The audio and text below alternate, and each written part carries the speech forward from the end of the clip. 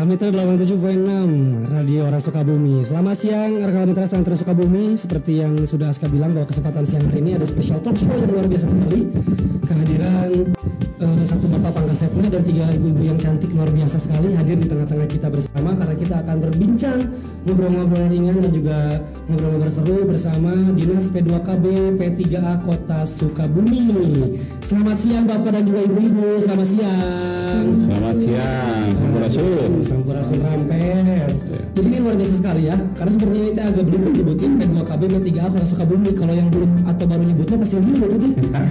Karena panjang. Karena secara nomenklaturnya juga luar biasa sekali karena membidangi cukup banyak bidang sebenarnya ya Pak Kadis ya. Yeah. Luar biasa sekali. Dan hadir di tengah-tengah kita bersama juga ada Bapak Kepala Dinas P2KB P3A Kota Sukabumi, Bapak Yadi Mulyadi. Selamat siang Pak. Assalamualaikum. Waalaikumsalam. Kemudian juga ada Ibu Ken Siti Hindun selaku Kepala Bidang Keluarga Berencana. Ada Ibu Ine Nuraini selaku Kepala Bidang P3A. Selamat siang. Kemudian juga ada Ibu Wiwi Edi Yulaviani selaku Kepala Bidang PPKS. Selamat siang Ibu Wiwi. Selamat siang. Waduh luar biasa sekali. Kita akan berbincang bersama Dinas P2KB P3A Kota Sukabumi rekan Awal Mitra. Jadi buat rekan Mitra yang pengen ngobrol-ngobrol bisa langsung aja melalui WhatsApp. Juga nih yang pengen nanya-nanya boleh di 0821 1470 6995 atau melalui Facebook di Awal Mitra Spasi Rawas. Pak Kadis saya itu udah penasaran banget pengen ngobrol-ngobrol gitu. Ya, P2KB P3A Kota Sukabumi karena ini teh dinasnya teh membidangi cukup banyak bidang sebetulnya Pak ya. Saya pengen nanya dulu nih Pak, secara tugas pokok dan juga fungsi sebenarnya Pak P2KB P3A Kota Sukabumi itu apa sih Pak tupoksinya Pak? Mungkin boleh sedikit Pak Kadis. Ya, baik, terima kasih. Terkait dengan tugas pokok dan fungsi DP2KB P3A Kota Sukabumi, ya memang ini sebagai organisasi perangkat daerah Kota Sukabumi tentunya sesuai dengan peraturan wali kota yang sudah ditetapkan. Tugasnya antara lain ya membantu wali kota dalam urusan pemerintahan, dalam hal ini urusan keluarga berencana, urusan pengendalian penduduk dan keluarga sejahtera, serta urusan pemberdayaan perempuan dan perlindungan anak. Jadi tadi dikoreksi ya bukan bidangnya sih cukup 3. Oh bidangnya ada 3. Bidangnya 3, tapi urusan-urusan yang di Abu memang cukup banyak, termasuk karena pengampu urusan-urusan yang cantolannya ke pusat adalah di Kementerian Kependudukan dan Keluarga Berencana, Kemenhub Bangga, dan kementerian yang satunya lagi yaitu Kementerian Pemberdayaan Perempuan dan Perlindungan Anak. Jadi kita cantolan di atasnya kedua kementerian, tentunya tugas pokoknya membantu Pak Wali Kota, membantu kepala daerah, wali kota, wakil wali kota dan perangkat daerah lainnya, dan bidangnya di Daduk itu ada 3 ya, 3 bidang. Oke, berarti Pak Kadis kalau kita bicara tentang ada 3 bidang yang ada di DP2KB P3A Kota Sukabumi, kemudian secara tugas pokok dan fungsi, fokus yang sedang hari ini diutamakan atau menjadi prioritas apa Pak Kadis kalau kita bicara Pak? Ya pada dasarnya kita memfokuskan ke semua urusan yang kita ampu. Cuma alhamdulillah untuk tahun ini memang yang sudah muncul dan tercapai target-target yang cukup baik, termasuk diberikan reward oleh pemerintah provinsi. Kemarin kita bahkan Pak Wali juga hadir di dinas dan memberikan penghargaan juga terkait dengan pelaksanaan kegiatan program keluarga berencana. Keluarga berencana. Ya. Oke, berarti dari bidang keluarga berencana sendiri sudah menorehkan prestasi berarti Pak Kadis ya berarti? Ya, betul. Sebetulnya dari bidang-bidang lainnya juga ada. Cuma emang bertahap. Ada yang pada satu momen itu ada yang 1 prestasi, 2 prestasi, ada yang jadi juara 2 dan yang luar biasa ya pada satu momen hari ini Hari Kontrasepsi Sedunia. Sebelumnya itu yang luar biasa itu langsung kita mendapatkan penghargaan 5 penghargaan dan semuanya di bidang KB, bidang KB, dan di penghargaan itu yang 4 terbaik 1, nah itu yang 1 itu terbaik 3. Itu juga berkat sinergitas semua muncul lah, baik itu arahan dari pimpinan yang menginspirasi kita semua, baik itu arahan Pak Wali, Pak Wakil, Pak Sekda, Ketua PKK, serta mitra-mitra OPD lainnya, dan juga mitra komisi, mitra dengan DPRD yaitu di Komisi 3 DPRD, serta tentunya peran serta petugas lapangan dan juga masyarakat yang mendukung kegiatan-kegiatan yang kita selenggarakan. Oke.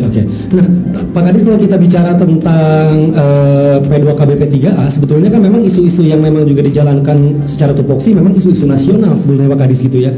Ketika kita bicara tentang pengendalian penduduk, keluarga sejahtera, kemudian keluarga berencana, kemudian perlindungan perempuan dan pemberdayaan perempuan dan perlindungan anak, itu memang isu-isu yang memang isu nasional skalanya Pak gitu Pak. Ya, kalau kita bicara tentang diperkecil skalanya ke Kota Sukabumi, kondisi di Kota Sukabumi ini seperti apa, dan yang upaya yang sudah dilakukan oleh P2KBP3 Kota Sukabumi seperti apa Pak Kadis? Alhamdulillah, kalau misalnya terkait dengan isu nasional misalnya terkait dengan TPR ya, TPR misalnya kan, Kota Sukabumi masih stabil. Mungkin ada daerah-daerah bahkan negara maju kan kita kan targetnya gini, satu keluarga itu ya yang ideal kan terdiri dari 2 anak lah, bahkan sehingga supaya ada stabilitas regenerasi. Betul. Nah mungkin di negara maju mungkin ada yang saat ini bahkan kekurangan sumber daya manusia. Kalau di Kota Sukabumi kalau nggak salah TFR-nya 2,17 ya, bukan beda. 2,17 berarti artinya dalam satu keluarga itu memiliki anak itu antara 2 sampai 3. Berarti itu masih terkendali kan. Betul. Tapi kalau misalnya satu keluarga, punten, tapi memang itu takdir Allah ya, walaupun saya anaknya baru 1 gitu. Udah ditakdirkan satu, misalnya semua keluarga anaknya cuma 1 kan, itu nanti di masa yang akan datang akan lebih banyak lansia daripada usia produktif. Tapi dengan TFR yang stabil tadi 2,1 ya, itu insya Allah Kota Sukabumi lebih stabil, lebih terkendali. Betul sekali. Karena memang juga kalau anaknya terlalu sedikit juga akan dampak jangka panjangnya, orang tua semakin banyak, anak mudanya sedikit. Iya betul. Kalau kebanyakan juga bikin musim juga kan nanti makanya kita punya program, sebetulnya bukan tagline kita, kalau dulu kan ingat KB itu 2 anak cukup. Betul.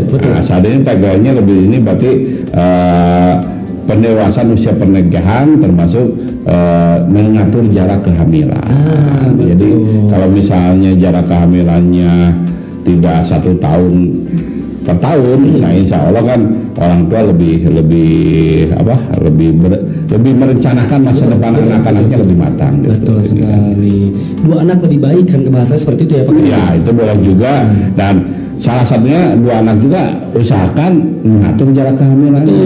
Kalau misalnya anak pertama baru 1 tahun tiba-tiba dapat lagi anak kedua, jaraknya cuma 1 tahun kan, itu juga lumayan repot. Iya betul sekali, karena juga kan hiji yang jajan, hiji ganti popok liur gitu.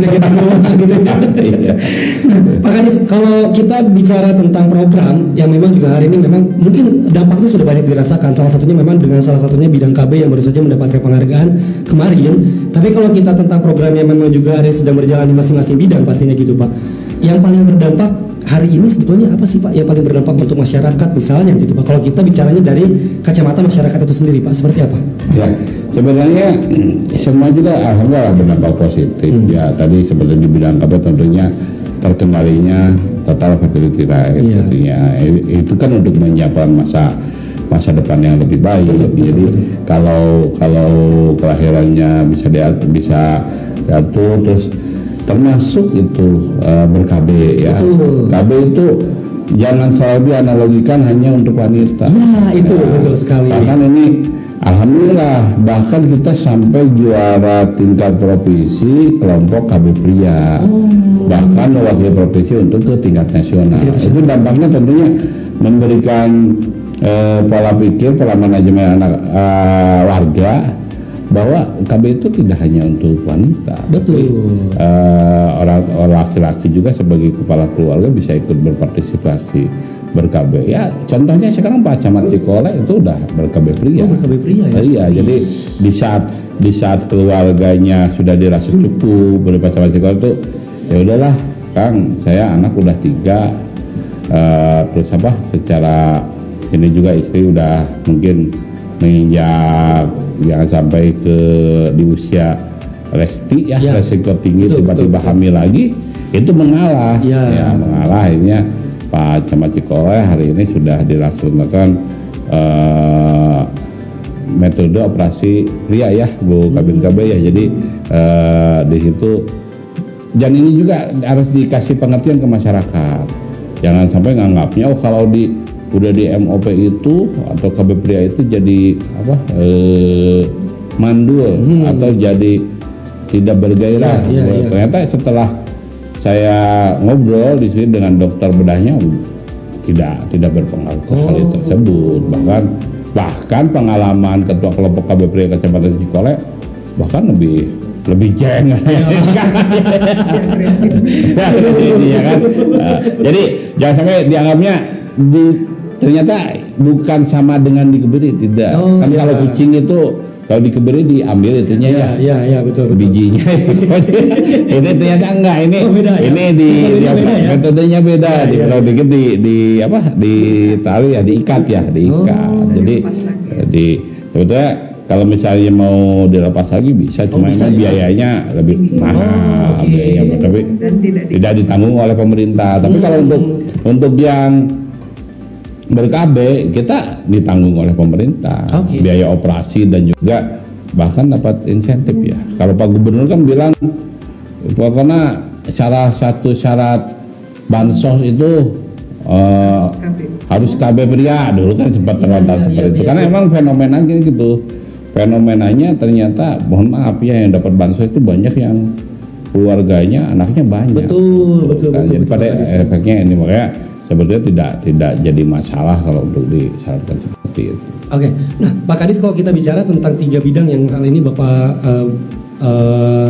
Bapak bawahi gitu, ada 3 bidang yang memang juga ada di P2KB P3 Kota Sukabumi, Pak. Dalam menjalankan programnya, gimana caranya agar para bidang ini dapat bersinergi satu sama lain, Pak? Seperti apa, Pak? Mekanismenya, kemudian juga alurnya seperti apa, Pak, untuk sinergitas antar bidang, Pak? Ya, baik. Ya, setiap bulan kita melaksanakan evaluasi, monitoring. Bahkan saya mengambil metode manajemen ya tadi situasional ya. Di saat misalnya yang rutinnya kita minimal setiap bulan itu ada arahan satu arah pada saat apel pagi. Nah setelah apel biasanya kita mengadakan forum dialogi tanya jawab, termasuk saya tanya ke per bidang ini apa aja kegiatan yang sudah dilaksanakan, sedang dan akan dilaksanakan. Dan itu kalau beririsan antar bidang lainnya, koordinasinya harus lebih kuat. Apalagi tidak hanya mengkoordinasikan antar bidang, bahkan mengkoordinasikan dengan dinas, instansi, OPD atau pihak-pihak lainnya. Betul. Ya, termasuk ini dengan Elmitra. Kita koordinasi dulu kan ujung-ujung. Tiba-tiba ini dari Elmitra, berarti bisa ini. Ya udah, paling saya kosong kegiatan hari ini, termasuk para kabit. Tadi selesai kegiatan bidang P3 kan baru selesai kegiatan tadi ya di KCD. Di ini kan kita bisa rempeg sekarang semuanya lengkap. Kalau Pak Sekdi sudah saya tugaskan dulu di kantor jaga gawang ya, karena tadi ada mengkoordinasikan untuk rencana tahun 2026. Wah, luar biasa sekali. Nah, Bapak, mungkin ini pertanyaan terakhir karena juga masih banyak obrolan lain, tapi ini pertanyaan terakhir dulu sebelum kita akan jeda sebentar. Pak, pesan dari Bapak deh untuk masyarakat biar lebih peduli lagi sama isu keluarga, kemudian juga tentang perempuan, dan utamanya adalah tentang anak yang hari ini juga menjadi isu nasional, Pak. Apa pesan dari Bapak untuk masyarakat? Baik, pasti gini, untuk masyarakat termasuk untuk kita semua ya, bahwa kita di saat kita berangan-angan menciptakan ketahanan nasional, diawali dulu dari ketahanan keluarga. Ya, cara menciptakan ketahanan keluarga ya tadi, misalnya kita harus merencanakan bagi keluarga ini mau seperti apa, mau dibawa kemana ya, jangan lagu aja mau dibawa kemana hubungan kita gitu kan. Tapi keluarga nanti kita bentuk mulai dari calon pengantin, komitmennya seperti apa, setelah menikah punya anaknya mau berapa, serta itu termasuk komitmen di saat menstabilkan ekonomi keluarga dan juga dalam hal perlindungan perempuan dan anak. Insya Allah kalau semuanya bersinergi, minimal dari keluarga dulu, keluarganya baik, tercipta ketahanan keluarga, akan tercipta ketahanan kelurahan yang baik, ketahanan kecamatan yang baik, ketahanan kota kabupaten yang baik, provinsi yang baik, sampai Indonesia ketahanan NKRI yang lebih baik lagi. Demikian. Luar biasa, makasih banyak Pak Kadis, dan juga nanti untuk rekan mitra jangan kemana-mana, nanti juga masih bakal balik lagi dan juga masih banyak obrolan-obrolan dengan bidang-bidang yang ada di P2KB P3 Kota Sukabumi. Jadi tetap di Al Mitra 876 FM. Sukabumi, Jawa Barat, Indonesia maju.